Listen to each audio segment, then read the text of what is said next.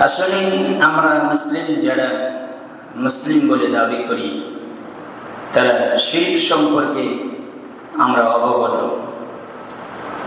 শিরক যে ভয়াবহ গ্রহিত অন্যায় একটি কর্ম, কাজ, পাপ, এটা আমরা সব মুসলিমই জানি, কম বেশি জানি না। শিরক যে ভয়াবহ পাপ, শিরক যে ক্ষতি করে, এই বিষয়ে আমরা যারা মুসলিম তারা কম বেশি জানি এবং শিরককে আমরা ঘৃণাও করি। আর শিরককে আমরা বড় পাপ মনে করি না, মনে করি। কিন্তু আমরা যেই পাপকে আমরা ঘৃণা করি, যেই পাপকে আমরা ভয় পাই, অথচ ওই পাপকে আমরা লালন করি। কথা হাসানা মিশে। তো যেই পাপকে আমরা ঘৃণা করি, যেই পাপকে আমরা ভয় পাই, অথচ সেই পাপ আমরা লালন করে যাচ্ছি। কিভাবে? যেমন কিছু উদাহরণ দিলে আপনি বুঝতে পারবেন। আমরা যাদের সাথে চলি সবাইকে আপনার বন্ধু, এর ভিতরে কি কেউ শত্রু নাই? আছে। আপনি যেই দলই অংশগ্রহণ করেন, আপনি বলছেন ওরা আমার দলের মানুষ, ওরা আমার এই বন্ধু সেই বন্ধু, কিন্তু এই বন্ধুদের ভিতরে, দলের ভিতরে কি আপনার শত্রু নাই? আচ্ছা, আপনি জানেন না। বিষয়টি এরকম, যখন আপনি দেখলেন যে দলের যাদের সাথে আপনি ওঠা বসা করেন, চলাফেরা করেন, যখন দেখছেন তাদের ভিতরেই যখন একজন আপনার ক্ষতি করলো, তখন আপনি বুঝতে পারলেন যে ও আমার শত্রু, ও আমার কি। আগে কিন্তু চিনতে পারেন নাই ও কি শত্রু। যখন ক্ষতি হয়ে যায় তখন আপনি বুঝতে পারবেন আর কি আমার শত্রু। এখানে যে কয়েকজন এখন বর্তমান উপস্থিত আছেন, সবাই এক বাক্যে বলবেন যে শত্রুকে আমরা সবসময় এড়িয়ে চলি। শত্রুকে কারো বন্ধু, শত্রুকে আপনার বন্ধু, বন্ধু নয়। সবাইকেই শত্রু থেকে দূরে থাকেন এবং শত্রুকে কেউ পছন্দ করেন না। কিন্তু আপনার অজান্তে যে শত্রুকে আপনি লালন করছেন, যখন ক্ষতি হয়ে যায় তখন আপনি বুঝতে পারেন হ্যাঁ উনি আমার শত্রু। তখন তো বুঝতে পারেন। আপনি গাড়িতে উঠেছেন, আপনার পিছনে একটা ছেটলে বসেছে বেশ কয়েকজন লোক আছে, কিন্তু আপনি মনে করেননি যে এটা মরম গাড়ি। কিন্তু যখন আপনার দেখবেন সবকিছু যখন লুটেপাটে নিয়েছে, তখন আপনার হোশ ফেরার পর আপনি বুঝতে পারেন ও আমার পিছে যে বসেছেন ও কি মরম গাড়ি। এর আগে তো বুঝতে পারেননি। এটা কি কারণে হয়েছে বলেন তো? না জানার কারণে। আর কিছু উদাহরণ আমি দিই যে আপনি এসিডের বিজনেস করেন, তা আপনার বাসায় আপনি মারাত্মক ধরনের পাওয়ারফুল কিছু এসিড বাসায় রেখেছেন। এবার আনার পর আপনি বলে দিচ্ছেন, বাড়িকে বলছেন, ছেলে মেয়েকে উভয়কে বলছেন এটা কিন্তু পাওয়ারফুল এসিড, এসিডে কেউ হাত দেবে না। কিন্তু আপনিও ভয় পান এই পাওয়ারফুল এসিড, কিন্তু আপনার ছেলে আপনার মেয়ে জানে না যে এসিড কোন কালার হয়, লাল না ঘন না হলুদ, কিন্তু জানে এসিডটা পানির মতো হয়, এরকম তারা কি নাই জানা নেই। কিন্তু আপনার ক্ষতি না হলে কিন্তু আপনার বাচ্চার ক্ষতি হবে। কিন্তু যখন হাত যখন ঢুকে দেওয়া হয় তখন তো বুঝতে পারে যে হ্যাঁ এসিড। বেশিটা এইরকম। আমরা যারা শিরক সম্পর্কে জানি এবং শিরককে ভয় পাই, শিরক হচ্ছে গর্হিত অন্যায় কাজ, পাপ, কিন্তু আমরা না জানার কারণে, জানার অজান্তে আমরা শিরককে লালন করছি, কিন্তু আমরা বুঝতে পারি না এই কাজটা কি শিরক। কিন্তু যখন আপনি বুঝতে পারবেন যেই পাপের কারণে জাহান্নামে হাবুডুবু করবেন, তখন আপনি বুঝতে পারবেন যে হ্যাঁ আমার এই পাপে আমাকে জাহান্নামে রেখেছে। এই জন্য আজকে জানবেন না মরার পরে জানবেন? আজকে আপনাকে জানতে হবে। মরার পরে জেনে আর ফায়দা? হাত থেকে ঢেল ছুটে গেলে যেমন ঢেল ধরা সম্ভব হবে না, মৃত্যু যখন ঘটে যাবে, যদি শিরক অবস্থায় আপনার মৃত্যু হয় তাহলে অস্থায়ী জাহান্নাম না চিরস্থায়ী জাহান্নাম? চিরস্থায়ী জাহান্নাম। কিছু কিছু বিষয় যে যারা শিরিক করে তারা কি মুশরিক, যারা শিরিক করে তারা কি মুশরিক, আর মুশরিকের ঠিকানা কি জাহান্নাম, চিরস্থায়ী না অস্থায়ী? চিরস্থায়ী। আচ্ছা, কাফের কোথায় যাবে? জাহান্নামে যাবে। কয়দিনের জন্য? চিরস্থায়ী। হুকুমের দিক দিয়ে কাফের মুশরিকের শাস্তি একই। হুকুমের দিক দিয়ে কি কাফেরও চিরস্থায়ী জাহান্নামী এবং মুশরিকও চিরস্থায়ী জাহান্নামী।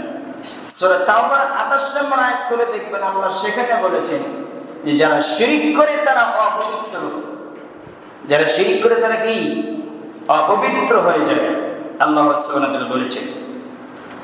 তাহলে হুকুমের দিক দিয়ে শাস্তির দিক দিয়ে একই, কিন্তু এই মুশরিক এবং কাফের মধ্যে পার্থক্য আছে।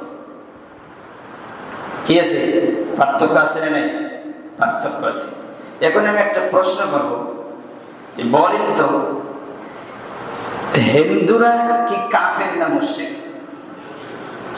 হিন্দুরা কাফের না মুশরিক? দুইটার উত্তর আছে।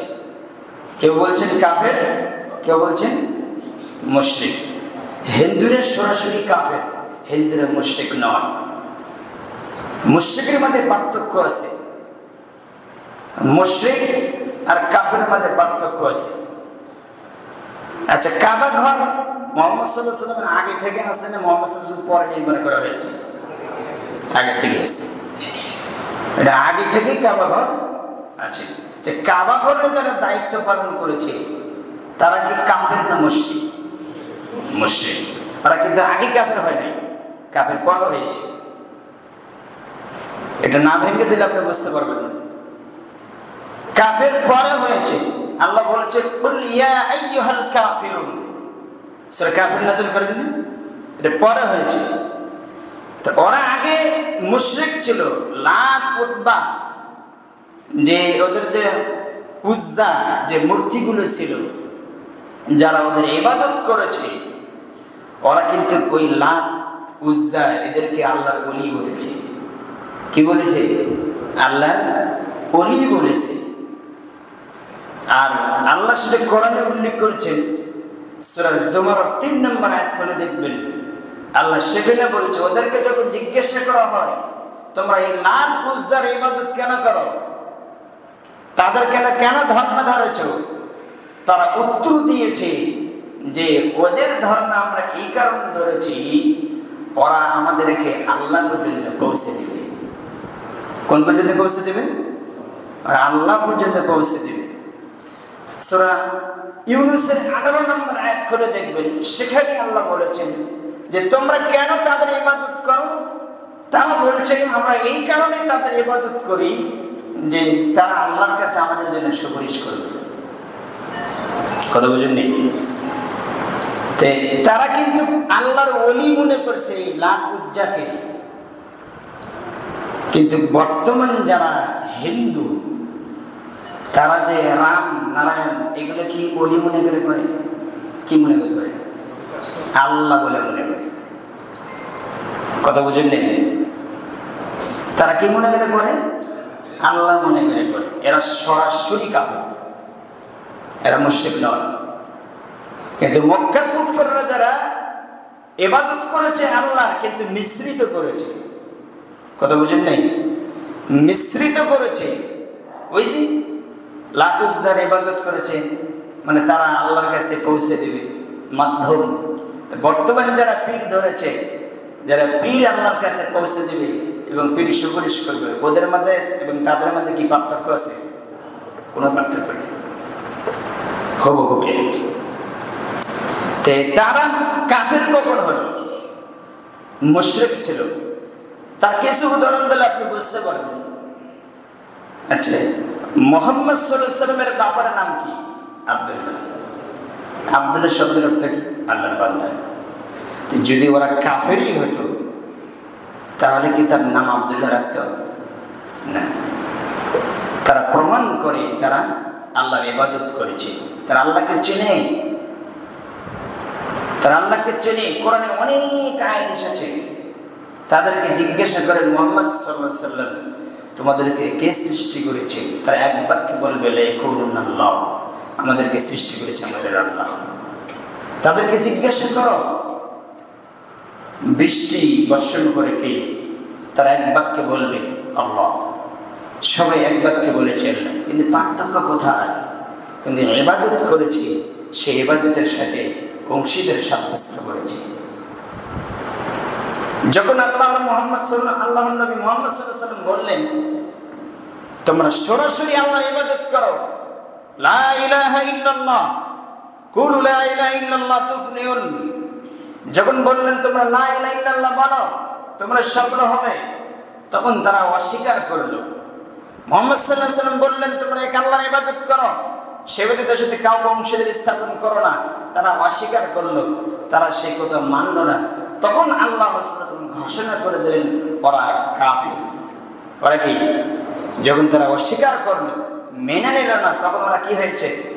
কাফির হয়েছে। সংক্ষিপ্ত আকারে আমি বললাম, বিশ্লেষণ করলে আসল জায়গায় আমি যেতে পারবো। তাহলে কাফের এবং মুশরিকের মধ্যে পার্থক্য।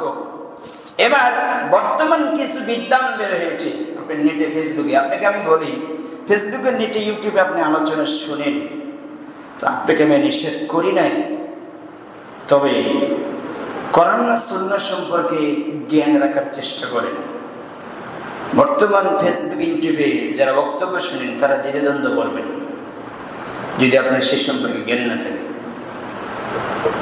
কারণ যাদেরকে আমরা বড় একজন মাপের একজন বিদ্বান বলি, সে বলছে, বক্তব্য দিচ্ছে, ইদানিং শুরু হয়ে গেছে তার ভিতরে গোমরাহি কাকে বলে। সে বলছে মক্কার কুফফারদের মধ্যে আর বর্তমান মুসলমানদের মধ্যে পার্থক্য আছে। কি? মক্কার কুফফারদের লা ইলাহা ইল্লাল্লাহ, বর্তমান মুসলমানদের লা ইলাহা ইল্লাল্লাহর মধ্যে পার্থক্য আছে। ওরা মুশরিক, কিন্তু বর্তমান মুসলমানেরা লা ইলাহা ইল্লাল্লাহ বলবে, তারা শিরক করবে, মুশরিক করবে, এটা হতে পারে না। বর্তমান মুসলমানদের ভিতরে কোনো শিরক নেই, আর মুসলমান শিরক করতে পারে না। সে যদি এত বড় একটা মাপের বিদ্যান হয়, আলেমে যদি এই কথা বলে, তাহলে সাধারণ মানুষ কি বলবে? বলে নেবেন কিরকম গোমরা তাকে আপনি অ্যাটাক করেছে। সে বলছে যে মুসলিমরা কখনো কি করতে পারে না? শিরক করতে পারে না। আর ওই সময়ের কুফফারদের লা ইলাহা ইল্লাল্লাহর মধ্যে আর বর্তমান লা ইলাহা ইল্লাল্লাহর মধ্যে পার্থক্য আছে। তারা মুশরিক, কিন্তু বর্তমান মুসলমানরা কোনো মুশরিক নয়, তারা শিরক করতে পারে না। অথচ বর্তমান মুসলমানের ভিতরে শিরিকের মানে প্রত্যেকটি রগে রগে এবং রক্তের ফোঁটাতে শিরিক দিয়ে হাবুডুবু করছে। কোথাও আছে না? ও বলছে যে শিরিক নেই, আর যে লা ইলাহা ইল্লাল্লাহ বলে তার শিরিক, সে শিরিক করতে পারে, তার শিরিক হতে পারে না। তাহলে এই আয়াত কোথায় যাবে? ও আপনাকে জাহান্নামে ডুবোবে। প্রকৃত জ্ঞান যদি, পারফেক্ট জ্ঞান যদি, এলেম যদি আপনার না থাকে, যে এলেম আপনার পারফেক্ট নয়, সেই জ্ঞান, সেই এলেম আপনাকে জাহান্নামে ডুবোবে। এজন্য রাসূল সাল্লাল্লাহু আলাইহি ওয়াসাল্লাম বলেছেন, আল্লাহুম্মা ইন্নী আসআলুকা মিন ইলমি, হে আল্লাহ, আপনি আমাকে ওই এলেম দান করেন যে এলেম আমার উপকার করে। আল্লাহুম্মা ইন্নী আউযু বিকা মিন ইলমি লা ইয়ানফা, ওই জ্ঞান আপনি দেন না যে জ্ঞান আমার উপকার করে না। তাহলে এই জ্ঞান তার কি উপকার করেছে? সে নিজেকে, এই জ্ঞানটাকে জাহান্নামে ডোবাবে। তারা এই সম্পর্কে জানে না। তো বলছিলাম, আপনি জানেন শিরিক ভয়াবহ, আপনি জানেন শিরিক ক্ষতিগ্রস্ত পাপ, আপনি শিরিককে এড়িয়ে চলেন, কিন্তু আপনি শিরিককে আমার লালন করছেন। আপনি জানেন শত্রু থেকে আমি ভয় পাই, শত্রুকে আমি এড়িয়ে চলি, অথচ শত্রুকে আপনি লালন করেন, তার নাম শিরিক, আপনি না জানার কারণে। আল্লাহ সুবহানাহু ওয়া তাআলা সরাসরি বলছেন, দেখেন, সে বলছে মুসলিম শিরিক করতে পারে না, লা ইলাহা ইল্লাল্লাহ বলে এই ব্যক্তি শিরিক করে না। সে বলছে বর্তমান মুসলমান এবং আপনার মক্কার কুফফারদের মধ্যে পার্থক্য আছে। কোনো পার্থক্য নেই, আমি বুঝিয়ে দেখি। আল্লাহ সুবহানাহু ওয়া তাআলা বলছেন যে ওয়ালাকাদ উহিয়া ইলাইকা ওয়া ইলাল্লাযীনা মিন ক্বাবলিকা লা ইন আশরাকতা লা ইয়াহবাতান্না আমালুকা ওয়া লা তাকুনান্না মিনাল খাসিরিন। এবার চলে যান করণে সূরা জুমার 39 নম্বর সূরার 65 নম্বর আয়াত, বাসায় যে খুলবেন দেখবেন সেখানে আল্লাহ কি বলছেন? সে বলছে মুসলমানেরা মুসলিমরা শিরিক করতে পারে না এবং শিরিক করে না। দেখেন আল্লাহ কাকে বলছে? আল্লাহ বলছেন ওয়ালাকাদ উহিয়া ইলাইকা, হে মুহাম্মদ সাল্লাল্লাহু আলাইহি ওয়াসাল্লাম আপনার প্রতি ওহী করেছি আমি। এখানে সরাসরি মুহাম্মদ সাল্লাল্লাহু আলাইহি ওয়াসাল্লামের প্রতি আল্লাহ সুবহানাহু ওয়া তাআলা বলছেন যে ওয়ালাকাদ উহিয়া ইলাইকা, আপনার উপর আমি ওহী করছি, আর কারো উপর নয়। সরাসরি আপনার উপর ওহী করে আমি বলছি ওয়াইলাল লাযিনা মিন ক্বাবলিকা, শুধু আপনাকে নয়, আগে আপনার আগে যতগুলো নবী রাসূল এসেছে সবাইকে আমি ওহী করে বলছি যে মিন ক্বাবলিকা, আপনার আগে যারা এসেছে, লাইন আশরাকতা, আপনি যদি শিরিক করেন, কে? মুহাম্মদ সাল্লাল্লাহু আলাইহি ওয়াসাল্লাম। লাইন আশরাকতা, আপনি যদি শিরিক করেন, লা ইয়াহবাতান্না আমালুকা, তাহলে আপনার আমল আমি সব নষ্ট করে দেব। কে বলছে? কাকে বলছে? মুহাম্মদ সাল্লাল্লাহু আলাইহি ওয়াসাল্লামকে বলছে। নবী কি শিরক করবে? তা আল্লাহ তাকে বললেন কেন? কথা বুঝেন? নবীও শিরক করতে পারে না জানার কারণে। আল্লাহ জেনে দিয়েছে তাকে, ওয়ালা তাকুনান্না মিনাল খাসিরিন, আর আপনি যদি শিরক করেন তাহলে আপনি ক্ষতিগ্রস্তদের অন্তর্ভুক্ত হবেন। এটা সরাসরি কারণে বলেছেন মুহাম্মদ সাল্লাল্লাহু আলাইহি ওয়াসাল্লাম।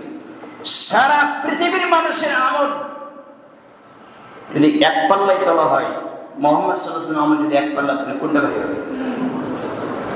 এটাকে আমি বাড়াবাড়ি করলাম? কোনো বাড়াবাড়ি করি। কারণ হাদিসে এসেছে যেই ব্যক্তি কাউকে সঠিক রাস্তায় দাওয়াত দিয়ে নিয়ে যাবে, ওই সঠিক রাস্তা থেকে যেই ব্যক্তি যতদিন আমল করবে তত আমলের এক অংশ যে ব্যক্তি তাকে সঠিক রাস্তায় নিয়ে গেছে সে অংশ নাকি সে পাবে। তা আমাদের পথ দেখাচ্ছেন কে? মুহাম্মদ রাসূলুল্লাহ সাল্লাল্লাহু আলাইহি ওয়াসাল্লাম। সারা পৃথিবীর মানুষ যারাই তাওহীদের জ্ঞান পেয়েছে, হক পথে রয়েছে, যত আমল করেছে তার এক অংশ মুহাম্মদ সাল্লাল্লাহু আলাইহি ওয়াসাল্লাম আমলে চলে যাচ্ছে অলরেডি পাবে। কথা বুঝলেন? এই জন্য সবচেয়ে আমলের দিক দিয়ে তার তো ব্যক্তিগত আমল আছে, কিন্তু আপনি যে আমল করছেন তার এক অংশ কোথায় যাচ্ছে? মুহাম্মদ সাল্লাল্লাহু আলাইহি ওয়াসাল্লাম আমলে চলে যাচ্ছে। আপনি না বললেও জানেন। এটা আল্লাহ সুবহানাহু ওয়া তাআলা করবেন এবং করে যাচ্ছেন। তাহলে এই আয়াত প্রমাণ করে আপনি যদি শিরক করেন তাহলে আপনার আমল কি হবে? বাতিল হবে। সে বলছে মুসলিমরা শিরক করে না। তা আল্লাহ যে সরাসরি নবীকে আদেশ করলেন, কাকে বলেছেন? এটা কি মুশরিকদেরকে, আপনার কাফেরদেরকে বলেছেন? ওরা তো কাফের, তার তো আমল সে বিশ্বাসই করে না, তা আল্লাহর দিনই মানে না, আল্লাহকেও মানে না। ওই তো আল্লাহ বলছে আরেকজনকে। তাহলে এই আল্লাহ যদি সরাসরি নবীকে বলতে পারে, তাহলে আপনি আমি শিরক করতে পারি না? আমাকে বলে নেই, আপনাদেরকে বলে নেই। আচ্ছা, এই একটা আয়াত দিলেন। এবার সূরা ইউসুফ আপনি জানেন 12 নম্বর সূরা 106 নম্বর আয়াত, সেখানে আপনি দেখবেন আল্লাহ বলছেন ওমা ইউমিনু আকসারুহুম বিল্লাহ ইল্লা আহুম মুশরিকুন। আল্লাহ বলছেন অধিকাংশ মানুষ ঈমান এনেছে, ওমা ইউমিনু ঈমান এনেছে কার প্রতি? ইউমিনু বিল্লাহ, কার উপরে? আল্লাহর উপরে ঈমান এনেছে। আকসারুহুম বিল্লাহ ইল্লা আহুম মুশরিকুন, ঈমান আনার পরেও তারা কি? এটা কাদেরকে বলেছে? হিন্দুদেরকে বলেছে। কাদেরকে বলেছে? যারা ঈমান আনার পরও কি ওরা ঈমান এনেছে কিন্তু শিরক লালন করে। তো এটা আমাদের ভিতরে আছে না নাই? আছে। তা আপনি কি শিরক থেকে বেঁচে থাকতে হবে। শিরক কি বিস্তারিত আমি বলে শেষ করতে পারবো না, বহু আগে অনেক আমি এই বিষয়ে আলোচনা করেছি। তো আপনাদেরকে আমি বলছি যে শিরক কি। শিরক যে ফজরের সালাতে জামাতে আজান আসেন না, আপনি শিরক করেছেন। তারপরে বলছেন ইমাম সাহেব এটা তো কি বললেন আপনি, এটা তো শিরক কিনতে হবে। জি, আপনি প্রবৃত্তির অনুসরণ করেছেন, আপনি নফসের অনুসরণ করেছেন, এই কারণে আপনি কি করেছেন? শিরক করেছেন। আপনি ধরা খেয়ে বসে আছেন, রেজাল্ট এখনো পান নাই। রেজাল্ট পাবেন যখন মালাকুল মউত চলে আসবে। দলিল কোথায় পাবেন? আপনি বলছেন ইমাম সাহেব আপনি কি বললেন, আমি ফজরের সালাত আদায় করিনি জামাতের সাথে, এজন্য আমি শিরক করলাম।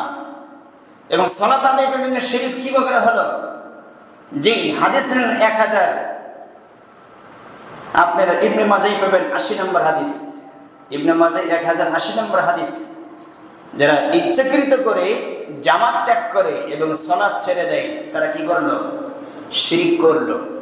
আল্লাহ বলেছেন আপনি যে শিরক করেছেন, আল্লাহ বলেছেন সরাসরি, আল্লাহ বলেছেন যে হে মুহাম্মদ সাল্লাল্লাহু আলাইহি ওয়াসাল্লাম আপনি কি তাদেরকে দেখেননি? তাদেরকে চিন্না আরাইতা, তাদেরকে দেখেননি তারা কারা?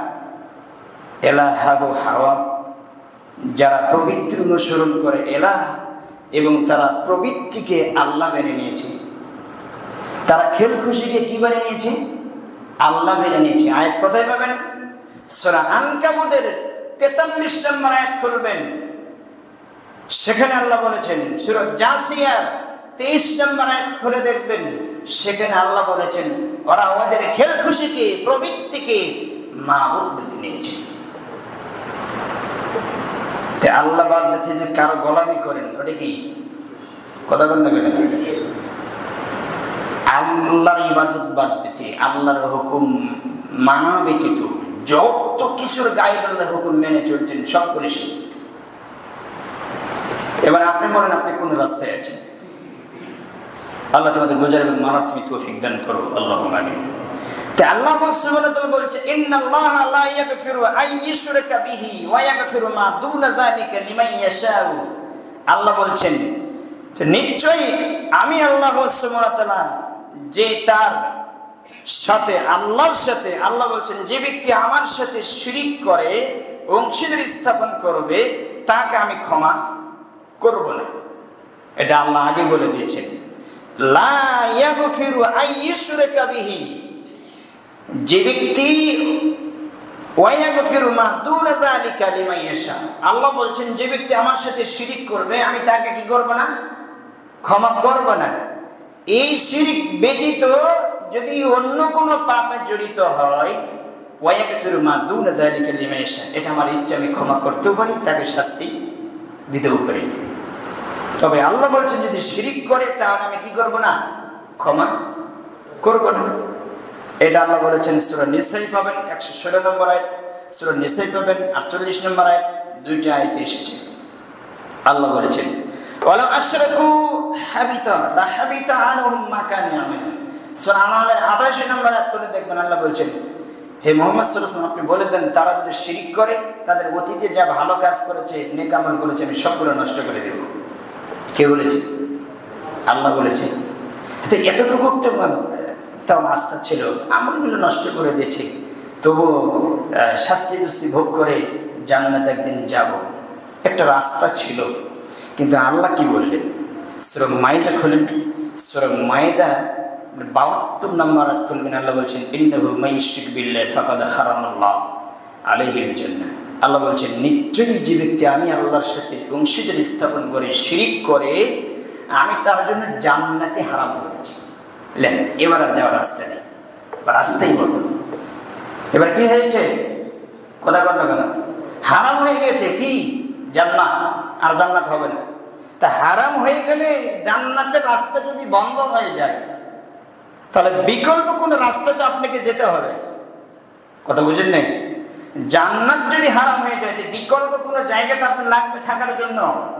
তা আল্লাহ বলছেন বিকল্প যেহেতু জান্নাত তার জন্য হারাম করে দিই, বিকল্প তার জন্য থাকার জায়গা আমি নির্ধারিত করেছি, তার জন্য কি? জাহান্নাম। আল্লাহ বলছেন এবং যে শিরক করে সে হচ্ছে জালেম। আল্লাহ বলছেন এই জালেমের জন্য কাল কিয়ামতের দিনে আমি কোনো সাহায্য করে রাখি না, কেউ সাহায্য করবে না। স্পষ্ট আল্লাহ বলে দিয়েছে সূরা মাইদার 72 নম্বর আয়াত। আল্লাহ বলে দিচ্ছেন কোরআনে অনেক আয়াত এসেছে শিরক থেকে আল্লাহ সাবধান করেছে, শিরক থেকে আল্লাহ দূরে থাকতে বলেছে।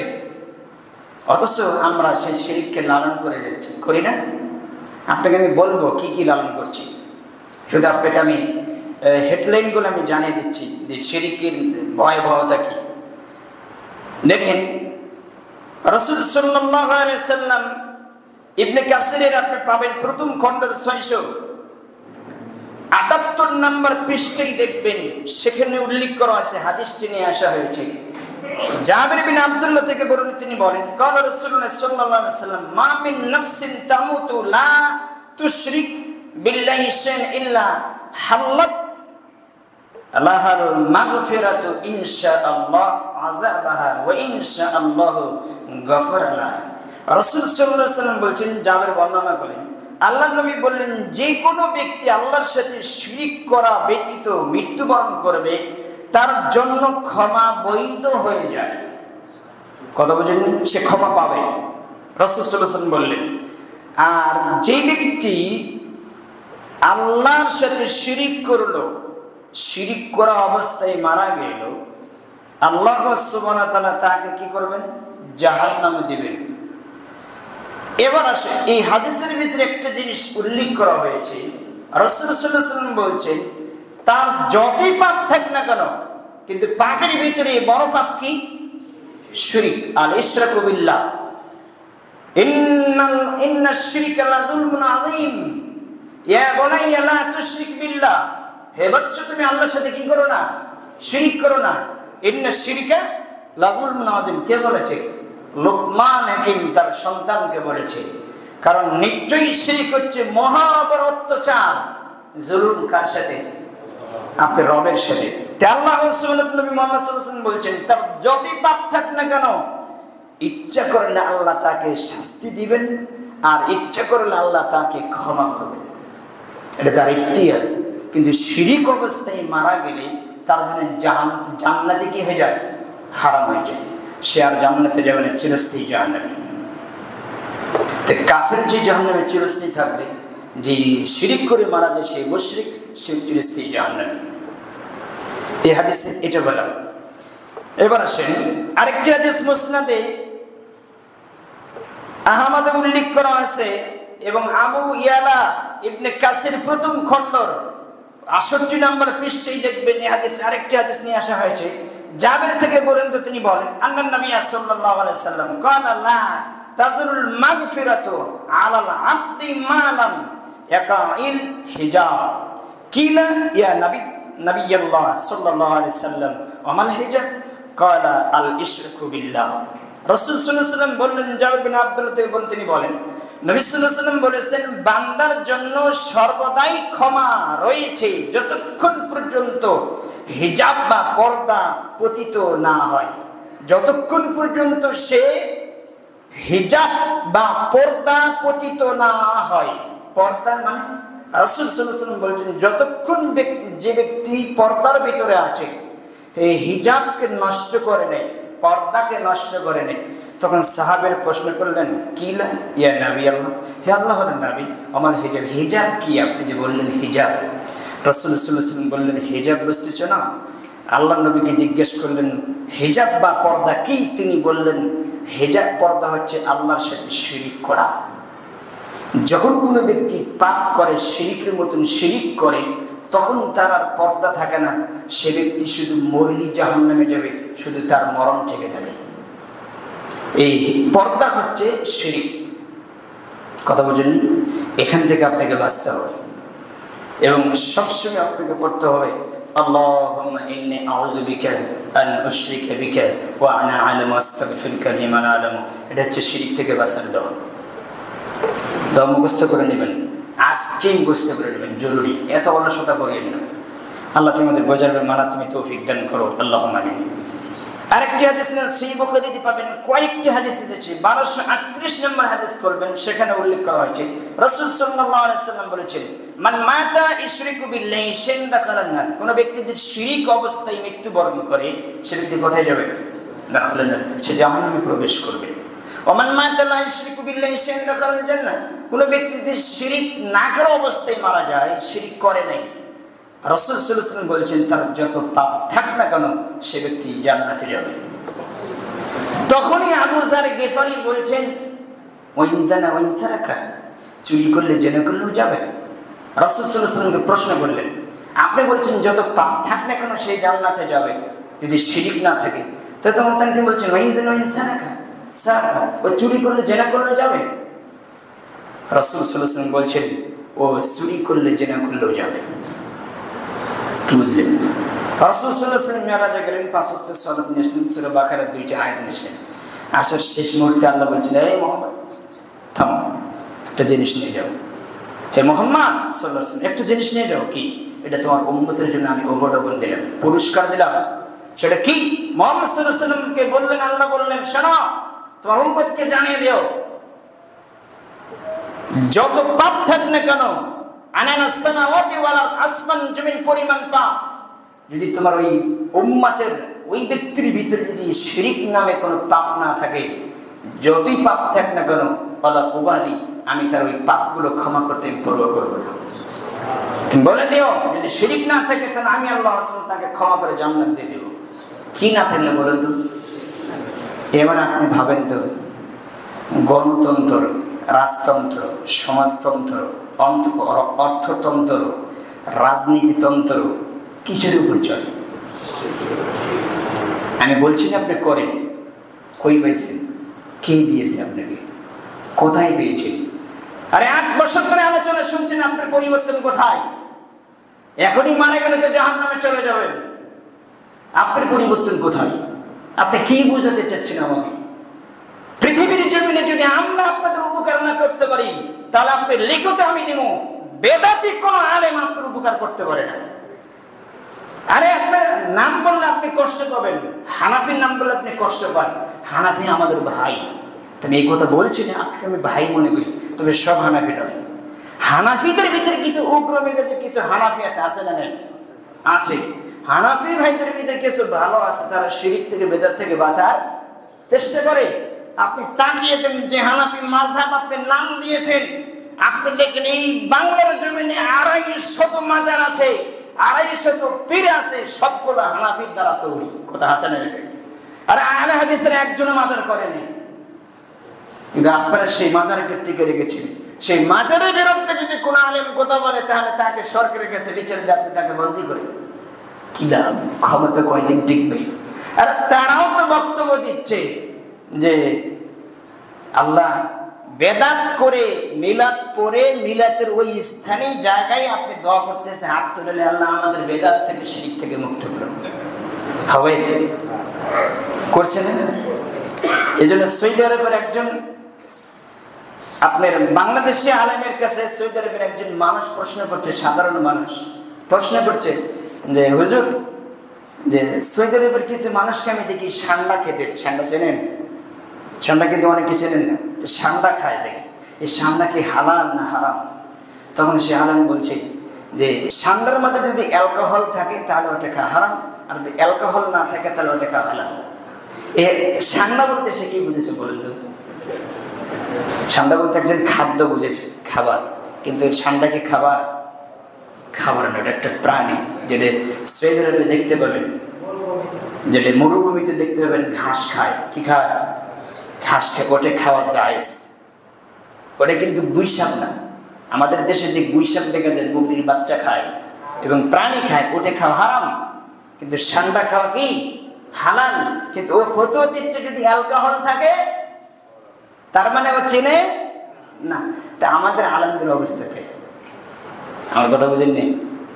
ও শিরিকের উপর দণ্ডমান থেকে শিরিক করছে, আর যারা মাজার পূজা করছে, দিন রাত মাজার পূজা করছে, মানুষকে সিজদা করছে, ওরাও করছে আল্লাহ আমাকে শিরিক থেকে বাঁচান। কথা আছে না মিশে? ও বুঝে এটা কি? বুঝতেই পারি না। তা আমরা শিরিককে লালন করি, অথচ আমরা সবসময় আবার দোয়া করি, দোয়া কবুল হবে? হবে না। আপনি কি বাঁচেন? আমাদের আলেমদের অবস্থা, অধিকাংশ আলেমদের অবস্থা হচ্ছে যে আপনি যে রোগীকে ডাক্তারের কাছে নিয়ে গেছেন, ডাক্তার যে ট্রিটমেন্ট দিবে, ডাক্তার নিজেই জানে না আপনার রোগীর কোন জায়গায় কোন রোগ আছে, রোগের বিবরণ কি সে নিজের জানা নাই। অধিকাংশ আজকে ডাক্তার যারা ফার্মেসিতে বসে আছে, ওরা বিনে রোগের ধারণাবিহীন, ধারণা নেই, জানে না, না জানার কারণে আপনি দেখবেন ওখানে গেছে একটা রোগীর জন্য ও নানান ধরনের নানান কোম্পানি ওষুধ দিয়ে ট্রিটমেন্ট দিচ্ছে। কোথাও আসে না মিশে? ওরা জানা নাই কেন এই কাজ করতে গেল। আচ্ছা জানে, ঠিক আছে, ও জানে যে এই রোগের এই ওষুধ, কিন্তু জানার সত্ত্বেও ওই ওষুধ দিচ্ছে না, আরেক কোম্পানি ওষুধ দিল যে ওষুধ খেয়ে ভালো হবে না, আবার আসবে, কারণ তার তো বিজনেস চলতে হবে। হাদিস পড়লাম সহিহ বুখারীতে অনেকগুলো হাদিস চিকিৎসক দেয়। রাসূল সাল্লাল্লাহু আলাইহি ওয়াসাল্লাম বলছেন, কোন ব্যক্তির কাছে ডাক্তার চিকিৎসা নেই, কোন ডাক্তারের কাছে কোন ব্যক্তি চিকিৎসা নিতে যায়, যদি বিনে ভুল কারণে না জানেও তারপরে চিকিৎসা চালিয়ে যাচ্ছে, ওই রোগী যদি মারা যায়, কাল কিয়ামতের দিনে ডাক্তার হবে হত্যার যোগ্য, হত্যাকারী হয়ে উঠবে। ডাক্তার যদি হত্যাকারী হয়ে ওঠে, কোন আলেমের কারণে কোন ব্যক্তি যদি জাহান্নামে যায়, তাহলে ওই আলেমের কি হবে? কথা বলেন, কথা বল না কেন? কি হবে? জাহান্নাম হবে। ওকে আল্লাহ ছেড়ে দেবে না। সাবধান থাকেন। শুধু আমি উদাহরণ দিলাম না, আপনাকে হিসাব করে চলতে হবে, আপনাকে জানতে হবে শিরিক কি, শিরিক বুঝে আপনাকে তারপর ওখান থেকে বেঁচে থাকতে হবে। শিরিক আপনি না জানে আপনি কিছু করতে পারবেন, আগে একবার চিনতে হবে। আজকে আমরা না চেনার কারণে শিরিকগুলো আমরা লালন করে যাচ্ছি।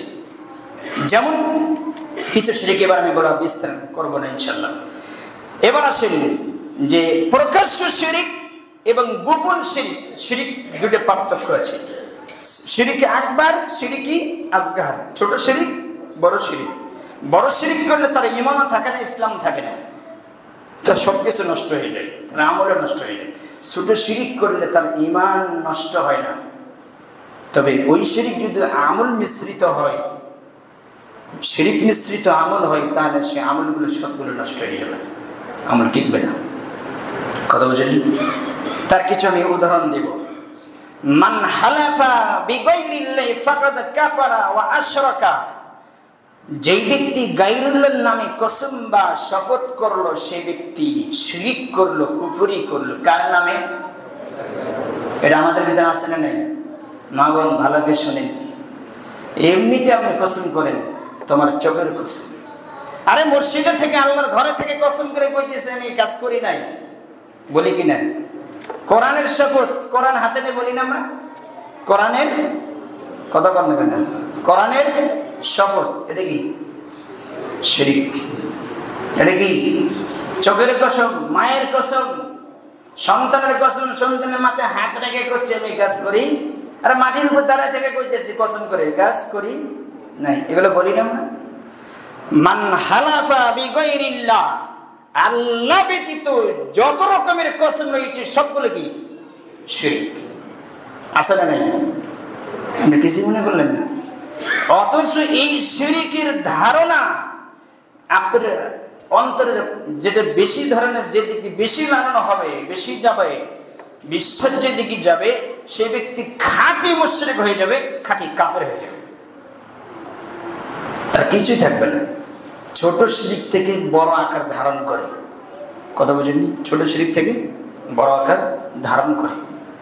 আমি সময় সাপেক্ষে বলবো, যদিও আজকে সময় হবে না মনে হয়। তাহলে এখানে একটা জিনিস পারেন, আমি বিস্তারিত করবো না। এবার আমরা বলি থাকি, আপনাকে যদি আমি বলি কেমন আছেন, তখন আপনি আমাকে কি বলেন? আপনার দোয়াই, আল্লাহর দোয়াই। কথা কয় না, একটা কথা কবে, আপনার দোয়াই, আল্লাহর দোয়াই ভালো আছে। কিছু কিছু উত্তর আসে, আপনাকে দোয়াই ভালো আছে। এটা কি? অথচ আপনি জানেন না যে কথাটা শিরক হয়ে গেল। আপনি বুঝেন কি বললেন? আপনি রাসূল সাল্লাল্লাহু আলাইহি ওয়াসাল্লাম বললেন, আহমদ এসেছে 2561 নম্বর হাদিস করবেন। তার আগের হাদিস বললেন আপনার 6072 নম্বর হাদিস, আল্লাহ ব্যতীত যত রকমের কসম আছে সবগুলো কি শিরক এবং কুফরি। এবার আসেন, মাশাআল্লাহ ওয়া শিইতা ফাকালা জাআলতানি লিল্লাহি আদলান বাল মাশাআল্লাহ ওয়াহদাহু। আল্লাহ সুবহানাহু ওয়া তাআলা আমরা বলি না, আল্লাহ সুবহানাহু ওয়া তাআলা যা চান এবং আপনি যা চান, বলি না? আল্লাহ যা চান, আপনি যা চান। রাসূল সাল্লাল্লাহু আলাইহি ওয়াসাল্লাম তাকে বললেন, তুমি কি আল্লাহ তাআলার সাথে আমাকে শরীক করে দিলে? এক ব্যক্তি এসে বললেন, ইয়া রাসূলুল্লাহ সাল্লাল্লাহু আলাইহি ওয়াসাল্লাম, আল্লাহ যা চান, আপনি যা চান তাই হয়। তখন ওই ব্যক্তিকে আল্লাহ রাসূল সাল্লাল্লাহু আলাইহি ওয়াসাল্লাম বললেন, তুমি কি আমাকে আল্লাহর সাথে অংশীদার স্থাপন করে দিলে? রাসূল সাল্লাল্লাহু আলাইহি ওয়াসাল্লাম বললেন, তখন তিনি বললেন, বরং তুমি বলো মাশাআল্লাহু ওয়াহদাহু, আল্লাহ একাই যা চান তাই হয়। বরং তুমি বলো আল্লাহ একা যা চান তাই হয়। তুমি আল্লাহর সাথে কেন আমাকে লেগে দিলে? আল্লাহর চাওয়া আমার চাওয়া দুটো কখনো এক হবে না। অধিকাংশ মানুষ মুসল্লি এই রোগের সাথে জড়িত। আর আমি বলছি আপনি কেমন আছেন, আপনি বলবেন আলহামদুলিল্লাহ, বুক ফুলে অন্তর থেকে আপনার মুখ থেকে বেরোবে আলহামদুলিল্লাহ, এই কথা বলার সঙ্গে সঙ্গে আল্লাহ আপনার প্রতি সন্তুষ্ট হয়ে যাবে। হাদিস সহিহ মুসলিম, এবং সহিহ মুসলিম তাহারাতের আপনার 222 নম্বর হাদিস করে দেখবেন। তাহারাতের প্রথম হাদিস, যে ব্যক্তি অন্তর থেকে আলহামদুলিল্লাহ বের করবে, আসমান জমিনের ফাঁকা জায়গা লিখিতে পূর্ণ হচ্ছে। আর আপনাকে আমি বলছি আলহামদুলিল্লাহ বলা মানে আপনি বলছেন যে আমি বলছি কেমন আছেন, আপনি বলছেন আপনার দয়া আল্লাহর দয়া ভালো আছি। নিকির জায়গায় আপনি শিরিক করে বসে থাকবেন। ইসলামের যে উত্তর আসবে আপনার মুখ থেকে, যে কথা সেটা বাদ দিয়ে যদি অন্য কিছু বের করেন, তাহলে হয় শিরিক হবে, না হলে বেদাত হবে। কেন বলতে গেলেন আপনি? এজন্য ইমাম বুখারী এর মধ্যে প্রথম একটা কথা নিয়ে এসেছে, আল ইলমু ক্বাবলাল কাওলি ওয়াল আমালি, কথা বলার আগে, কর্ম করার আগে এই কর্ম সম্পর্কে, কথা সম্পর্কে জ্ঞান অর্জন করতে হবে।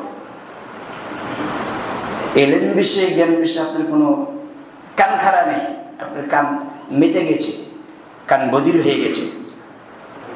আল্লাহ তোমাদের বোঝার এবং মারার তুমি তৌফিক দান করো, আল্লাহুম্মা আমিন। তাহলে আজ থেকে আপনি বুঝে নেন, আল্লাহ যা চান তাই হয়। আল্লাহর চাওয়ার সাথে কারো চাওয়া মিলবে না।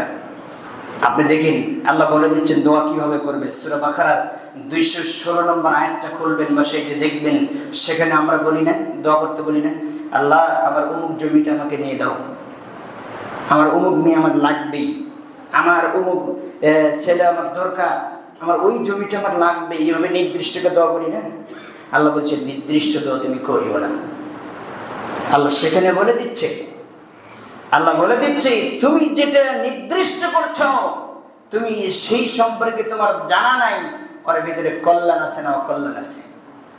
বরং তুমি বলো আল্লাহ আমার জন্য যদি ওটা উত্তম হয়, কল্যাণময় হয়, তাহলে তুমি আমার জন্য তুমি কল্যাণময় করো, আর যদি না হয় তাহলে আমি ওটা চাই না। আল্লাহ শিখে দিয়েছেন, রব্বানা আতিনা ফিদ দুনিয়া হাসানা ওয়া ফিল আখিরাতি হাসানা ওয়া কিনা আযাবান নার। রাসূল সাল্লাল্লাহু আলাইহি সাল্লামকে আল্লাহ বলে দিচ্ছেন যে আল্লাহ সুবহানাহু ওয়া তাআলা বললেন যে তোমরা দোয়া করো, হে আল্লাহ আমাদেরকে আপনি দুনিয়াতে কল্যাণ দান করেন, পরকালেও কল্যাণ দান করেন, এবং আমাদেরকে কি করেন, জাহান্নাম থেকে বাঁচান। তো দোয়া করে শিখে আল্লাহ রাসূল সাল্লাল্লাহু আলাইহি ওয়াসাল্লাম বলে দিয়েছেন, এবং আল্লাহ বলে দিয়েছেন আপনি এইভাবে চান, নির্দিষ্ট করে কিছু বলতে যান না। এবার আপনি আসেন শিরকি খফি। শিরিকের মধ্যে দুই প্রকার, একটা প্রকাশ্য, একটা অপ্রকাশ্য। প্রকাশ্য শিরিক তাবিজ। প্রকাশ্য শিরিক কি? তাবিজ লটকিয়ে রাখা। এই কিছু মাযহাবিপন্থী কিছু ভাইস এত গরমে এদের ভিতরে, এত ঘাউরমি, আর মনেই হয় না যে এটাতে শিরিক। বিশ্বাসই করে না। কথা হাসে না মিশে, বিশ্বাসই করে না। হাদিস নিয়ে যান, অন্ধ হলে এরকম অন্ধ হয় না, আর বাবা হলে এরকম বাবা হয় না। মূর্খ হলে মূর্খতার একটা সীমা আছে, অজ্ঞতার একটা সীমা আছে। এরকম মূর্খতা ইসলামের সাথে করতে হয় না। রাসূল সাল্লাল্লাহু আলাইহি ওয়াসাল্লাম বললেন, আপনি দেখেন হাদিসটি সহিহ বুখারীতে পাবেন 887 নম্বর হাদিস। 887 নম্বর আপনি হাদিস খুলবেন, এবং আরো কয়েকটি হাদিসে এসেছে রাসূল সাল্লাল্লাহু আলাইহি ওয়াসাল্লাম বিস্তারিত উল্লেখ করেছেন। সেখানে আপনি দেখবেন আল্লাহর নবী সাল্লাল্লাহু আলাইহি সাল্লাম বলছেন যে আমার কাছে 10 জনের কাফেলা আসলেন। আসার পরে 9 জন আমার কাছে বায়াত নিলেন, ইসলাম গ্রহণ করলেন। একজন ইসলাম গ্রহণ করলেন না। রাসূল সাল্লাল্লাহু আলাইহি সাল্লামকে আর 9 জন প্রশ্ন করলেন, আপনি তাকে ইসলাম গ্রহণ কেন করলেন? সে তো ইসলাম গ্রহণ করার জন্য এসেছে। রাসূল সাল্লাল্লাহু আলাইহি সাল্লাম বললেন, আমি তার হাতে দেখলাম যে একটা মাধুরী তাবিজ, হাতে পেছনে দেখলাম, এই জন্য তাকে ইসলাম গ্রহণ সে করার অধিকার রাখে না, ইসলামের ভিতরে প্রবেশ করার সে অধিকার রাখে না। তখন সেই ব্যক্তি জানতে পেরে সঙ্গে সঙ্গে টান দিয়ে ছেড়ে ফেললেন, ছেড়ে ফেলতে ইস্তিগফার করে নিলেন। এবার রাসূল সাল্লাল্লাহু আলাইহি ওয়াসাল্লাম বলছেন, এবার আসো তোমাকে আমি ইসলাম গ্রহণ করাবো। যে তাবিজ দেওয়ার পরে সে ইসলাম গ্রহণ করার প্রশ্নই আসে না, ইসলামের ভিতরে প্রবেশ করতেই পারে না। আর ও বলছে আমি নামাজও পড়ি, তাবিজও পড়ি, আর বলে ঈমান আছে। আপনাকে আমি কি দিয়ে বোঝাবো সে আমার ইমাম? যে তাবিজের শিখনটি তাবিজ বলে দেয় সে কি?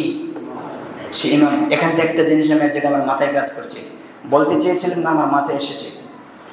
সেটা হচ্ছে কোন ইমাম যদি তাবিজ দেয়, ওই ইমাম তাবিজ দিতে সময় যদি বলে ভালো করবে আল্লাহ, কিন্তু তাবিজ একটা মাধ্যম, ভালো করবে কে? আল্লাহ, তাবিজ একটা মাধ্যম। এটা শিরকে আসগার, ছোট শিরক। কথা বলা বুঝেন?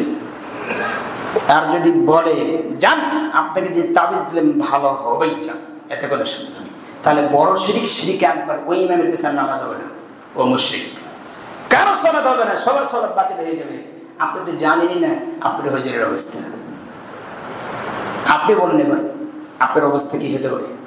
আপনি তার সাথে মুগরু হয়ে বসেছেন, সারাদিন তার সেবা করেন, শিরিকের শিখুনটিকে আপনি আশ্রয় দেন। আর বেদাতের কথা তো আমি বলি নাই, যে বেদাত করে তাকে কেউ যদি আশ্রয় দেয়, আল্লাহর নামত সরাসরি 5020 নম্বর হাদিস করবেন, 5019 নম্বর হাদিস করবেন, 5000 আপনি 18 নম্বর হাদিস করবেন, 5017 নম্বর হাদিস করে দেখবেন সেই মুসলিমের 4টি হাদিস এসেছে, যে ব্যক্তি বেদাতিকে আশ্রয় দেয় ওই ব্যক্তির প্রতি আল্লাহর লানত, সরাসরি আল্লাহর অভিশাপ। রাসূল সাল্লাল্লাহু আলাইহি ওয়াসাল্লাম বলেছেন, আল্লাহর নবী বলছেন তার ফরজ সালাত কবুল হবে না, তার নফল সালাত কবুল হবে না। কাকে আশ্রয় দিলে বলেন তো? আপনার অবস্থা বলেন তো? আপনার সালাত আছে তো? আপনার আমল আছে তো? বেদাতিকে লালন করেন, তার মানে কি? বেদাতিকে লালন করলে মানে ইসলামকে কুরবানি করলেন। আপনি বুঝেন? আল্লাহর শরীয়তকে, আল্লাহর বিধিবিধানকে, ইসলামকে, নবী মুহাম্মদ সাল্লাল্লাহু আলাইহি ওয়াসাল্লামকে কুরবানি করলেন। আপনি বুঝতে পারেন না আপনি কি করছেন। আল্লাহ তোমাদের বোঝার এবং মানব তুমি তৌফিক দান করো, আল্লাহুম্মা আমিন। তাহলে এই হাদিস প্রমাণ করে যে ব্যক্তি তাবিজ পড়ে সে ব্যক্তি ইসলামের ভিতরে প্রবেশ করার যোগ্যতা রাখে না। এবার আসেন গোপন শিরক। রাসূল সাল্লাল্লাহু আলাইহি ওয়াসাল্লাম বললেন আপনার 33,630 নম্বর হাদিস করবেন, আহমদে এসেছে, মুসনাদ আহমদে। রাসূল সাল্লাল্লাহু আলাইহি ওয়াসাল্লাম বলছেন, ইন আখাফা মা আখাফু আলাইকুম শিরকুল আসগার ক্বালু ওয়া মান ইশরিকু ওয়া মান শিরকুল আসগার ইয়া রাসূলুল্লাহ সাল্লাল্লাহু আলাইহি ওয়াসাল্লাম ক্বালা রিয়া। আল্লাহ নবী সাল্লাল্লাহু আলাইহি ওয়াসাল্লাম বলছেন, আমি যেটা ভয় পাচ্ছি হে আমার উম্মাহ, আমি তোমাদেরকে যেটা ভয় পাচ্ছি সেটা হচ্ছে গোপন শিরক। গোপন শিরক কি? গোপন শিরক হচ্ছে তা হচ্ছে লোক দেখানো ইবাদত, রিয়া। রিয়া বুঝেন? লোক দেখানো ইবাদত বুঝেন না? আমি রাস্তা করে দেব, মানুষ বলবে যাক এবার নেতা সাহেব একটা কাজ করেছে, আমাকে রাস্তা করেছে, সামনে বসে আবার ভোট দিবে। কথা হাসাটা মিস, এটা কি রিয়া? এই যে মানুষের কাছে বাহাবা, যত ইবাদত আছে, ওমান সামা ইউরাই ফাকাদ আশরাকা, ওমান সাল্লা ফি ইউরাই ফাকাদ আশরাকা, ওমান তাসাদ্দাকা ইউরাই ফাকাদ আশরাকা, এইভাবে যতগুলো কাজ আছে, কোনো ব্যক্তি যদি কোনো কাজ করে, সিয়াম পালন করে, সালাত আদায় করে, দান করে লোক দেখানোর জন্য, যত ইবাদত আছে, পোশাক পরে মানুষকে দেখানোর জন্য, যেটাই হোক না কেন, সেটা যদি লোক দেখানোর জন্য হয় সেটা কি শিরক? দেখেন তো আছে কিনা? আপনি আটকে আছেন, আপনার প্রত্যেকটি কর্ম আপনি শিরকের সাথে জড়িত। আপনি বাঁচবেন কেন? আপনি কি বাঁচতেই হবে, কান খাড়া রাখতে হবে। রাসূল সাল্লাল্লাহু আলাইহি ওয়াসাল্লাম বলেছেন, শোনো, অন্ধকার রাত, অন্ধকারের পর অন্ধকার, তার চাইতে অন্ধকার, এই অন্ধকার রাত্রে কালো পিপিলিকা হয়ে শিরক তোমার অঙ্গে অঙ্গে প্রবেশ করবে, তোমার আমলকে সব ধ্বংস করে দেবে। তুমি সজাগ থাকো, সতর্ক থাকো এই শিরক থেকে। কি বুঝলেন? আল্লাহ নবী বলে গেছেন 1450 বছর আগে। আপনাকে সে শিরক থেকে বেঁচে থাকতে হবে। আল্লাহ তোমাদের বোঝার এবং মানব তুমি তৌফিক দান করো। আরেকটা হাদিস এসেছে, এটা আরো মারাত্মক। যারা লোক দেখানোর জন্য কাজকর্ম করছেন, কাল কিয়ামতের দিন আল্লাহ বলবে যাও ওর কাছে যাও, যাকে সন্তুষ্টের জন্য তুমি ইবাদত করেছো তার কাছে কিছু চাও, দেখি তোমাকে জাহান্নাম থেকে বাঁচাতে পারে কিনা। আল্লাহ পাঠিয়ে দেবে, তুমি তার কাছে কিছু চাও, কারণ তুমি কি আমাকে সন্তুষ্ট করার জন্য তুমি কর্ম করো নাই, তুমি তাকে সন্তুষ্টের জন্য বাহাবা পাওয়ার জন্য তুমি কাজগুলো করেছো, অর্থাৎ তুমি তার কাছে কিছু চাও, সে কিছু দিতে পারবে? আল্লাহ বলছেন ইয়াউমা তাবিয়াতু ওযুহু ওয়া তাসাদ্দু ওযুহ। কাল কিয়ামতের দিনে আল্লাহ বলছেন সূরা ইমরানের 106 নম্বর আয়াত খুলবেন, সেখানে আল্লাহ বলেছেন যে কিছু মানুষের চেহারা হবে উজ্জ্বল সাদা, কিছু মানুষের চেহারা হবে কালো, কারণ তারা পাপে জর্জরিত হয়ে এই পাপ অবস্থায় উপস্থিত হবে। এই মানুষের চেহারা হবে কালো। মানুষ যে পাপের কারণে তার কালো চেহারা হবে, তার কালো চেহারা হবে অন্যরকম। আপনি সেদিন দেখতে পারেন পাপের কারণে এরকম মানুষ হয়। আজকে তো পাপ করে বুঝতে পারতেছেন না যে আসলে আমি কোন রাস্তায় আছি। আল্লাহ তোমাদের বোঝার এবং মানব তুমি তৌফিক দান করো, আল্লাহুম্মা আমিন। তো এই আয়াতগুলো এবং হাদিস দ্বারা আমরা বুঝতে পারলাম যে শিরিক থেকে আপনাকে বেঁচে থাকতে হবে। শিরিক থেকে, তাগুতের গোলামিতে কত কি আছে আমাদের ভিতরে। আপনি দেখবেন আজকে যারা মুসলিম, মুখে দাড়ি, মাথায় টুপি, আমি দেখতেছি অধিকাংশ মুসলিমদের একটা মেয়েকে বিবাহ দিবে, সেখানে যে আপনি বয়স হিসেবে আপনার 14 বছর 15 বছর, সেখানে লেখা দিচ্ছে 18 বছর। কার ভয় বলেন তো? কথা বলে না, কার ভয়? ভয় করতে হবে আগে, ভয় করছেন গাড়ি। এবার ইমান নিয়ে টানাটানি হয়ে গেছে। অথচ আল্লাহ বলছেন 173 নম্বর আয়াত খুলে দেখেন, আল্লাহ সেখানে বলেছে সূরা ইমরানের, ভয় করবে এই জমিনে আমাকে ছাড়া তুমি কাউকে কি কর, কাউকে ভয় করবে না। তো ভয় করলেন কেন? জেল হবে, ফাঁসি হবে, তো হলো তো হলো, কি হলো? আর আপনাকে কি বলেছে মেয়েকে বিবাহ দিতে হলে কাজীকে ধরে নিতে হবে? আরে কাজী তো একটা বাটপার, কষ্ট করেন কাজী করেন, হাদিস অনুযায়ী কাজ করে না, ওকে ধরে নিয়েছিলেন কেন? আরে বিবাহ দিবেন আপনি অনুষ্ঠানে গেলেন কেন? আপনাকে কে বলেছে 1000 মানুষকে এসে খাওয়াতে হবে? কই পেয়েছেন? মরার আগ পর্যন্ত সময় থাকলে আমার একটা হাদিস দেখাবেন আপনি, পাইছেন বই? আরে খেলেছেন খাওয়াছেন, আপনি 1000 মানুষ অনুষ্ঠান করে প্রত্যেকটি মানুষ থেকে 1000, 2000, 5000 টাকা নিতে গেলে পাইছেন বই? একটা হাদিস দেন। শতকরা 100% বিবাহের ভিতরে 99% বিবাহ বাতিল, কোরআন সুন্নাহ অনুযায়ী হয়নি। পাইছেন কই? আল্লাহর নবী বললেন তুমি বিবাহ করো, তোমার সাধ্য অনুযায়ী তুমি ওলিমা করবে, বরের ঘরে এবং ছেলের ঘরে, মেয়ের ঘরে কোনো খরচ হবে না। মেয়ের বাপের পক্ষ থেকে 1 টাকা খরচ হবে। কোরআন হাদিসে কেউ প্রমাণ দিতে পারবে না, আমার মরার আগ পর্যন্ত সময় একটা হাদিস দেখাবে পারবেন না। ছেলে খাওয়াবে, ছেলে মহারণা দেবে, ছেলে ভরণ করে সবকিছু বহন করবে। পরের দিনে, বিবাহের পরের দিনে ছেলের বাড়িতে ওলিমা হবে। যারা খাবে ময়মুরবি, তারা ফ্রি খাবে আল্লাহর সন্তুষ্টির জন্য। এটা কোরআন হাদিসের আইন। আর আপনার আইন হচ্ছে খাওয়াবো 1000 মানুষ, নাচ গান, নাচতে নিয়মত যা কিছু করার দরকার করবো। 1000 মানুষ খেবে, প্রত্যেকটি মানুষ থেকে টাকা নেবে 1000 করে, যা খরচ করেছে তার ডাবল টাকা উঠে যাবে। চিন্তা কি মুসলিম অবাক। এই ঘরে থেকে সুসন্তান বের হবে, ওই ঘরে থেকে মদখোর বের হবে, সুদখোর বের হবে, গোল্লা বের হবে, লুচ্চ বের হবে, সব ধরনের প্রতারক এই ঘর থেকে বের হবে। কারণ বিবাহের সূচনাই জিনা, বিবাহের সূচনাই উল্টো করে। এগুলো সবগুলো শিরকের সাথে জড়িত। রাসূল সাল্লাল্লাহু আলাইহি ওয়াসাল্লাম বলেছেন, কোরআন এবং হাদিসের বাইরে যতগুলো কর্ম রয়েছে সবগুলো শয়তানের ইবাদত। শয়তানের ইবাদত করে কি? শিরক। আপনি কোন অবস্থায় বলেছেন? এই জন্য আল্লাহ বলছেন, আমি মানুষকে সৃষ্টি করার পরে আমি ঘোষণা করে দিচ্ছি, পৃথিবীর মানুষ শুনে রাখো, আমার ইবাদত করবে, আমার শুকরিয়া করবে, কলিলাম মা তাযাক্কারুন, অল্প মানুষ, কলিলাম মা তাশকুরুন, আমার শুকরিয়া আদায় করবে অল্প মানুষ। আর আমি আল্লাহ ঘোষণা করে দিলাম, শোনো, ওয়ালাকাদ যারানা লি জাহান্নামা কাসীরুম মিনাল জিন্নি ওয়াল ইনস, অধিকাংশ মানুষ সৃষ্টি হয়েছে জাহান্নামে যাওয়ার জন্য। অল্প সংখ্যক মানুষ জান্নাতে যাবে, আর অধিকাংশ মানুষ যখন রূহের জগতে প্রথম আসমানে মুহাম্মদ সাল্লাল্লাহু আলাইহি ওয়াসাল্লামের সাথে দেখা হলো, আল্লাহর নবীর সাথে, মুহাম্মদ সাল্লাল্লাহু আলাইহি ওয়াসাল্লামের সাথে, আদম আলাইহিস সালামের সাথে দেখা হলো, তিনি সেখানে কিছুক্ষণ অপেক্ষা করলেন। সহিহ বুখারী হাদিস। তিনি ডান দিকে তাকালেন, তিনি মুস্কি হাসলেন, বাম দিকে তাকালেন, তিনি কাঁদলেন। রাসূল সাল্লাল্লাহু আলাইহি ওয়াসাল্লাম জিজ্ঞেস করলেন, আপনি ডান দিকে তাকালেন, আপনি হাসলেন, বাম দিকে তাকালেন, কাঁদলেন কেন? তখন আদম আলাইহিস সালাম বললেন, আমি ডান দিকে তাকালাম, যতগুলো আমার সন্তানকে দেখতে পারেন সবগুলো জান্নাতে। আমি যখন বাম দিকে তাকাচ্ছি সবগুলো জাহান্নামে। ফয়সালা সেখানে হয়ে আছে, সেখানে ফয়সালা হয়ে আছে। আপনার কর্ম আপনি কোথায় নিব, আপনি নিজে স্বীকার করেন। আল্লাহ তোমাদের বাজার এবং মানা তুমি তৌফিক দান করো, আল্লাহুম্মা আমিন। এইভাবে আমরা দিন রাত শিরকের সাথে জড়িত। আরে 5 ওয়াক্ত সালাত করেন, আপনি বলছেন আমার বাবা গায়েব জানে।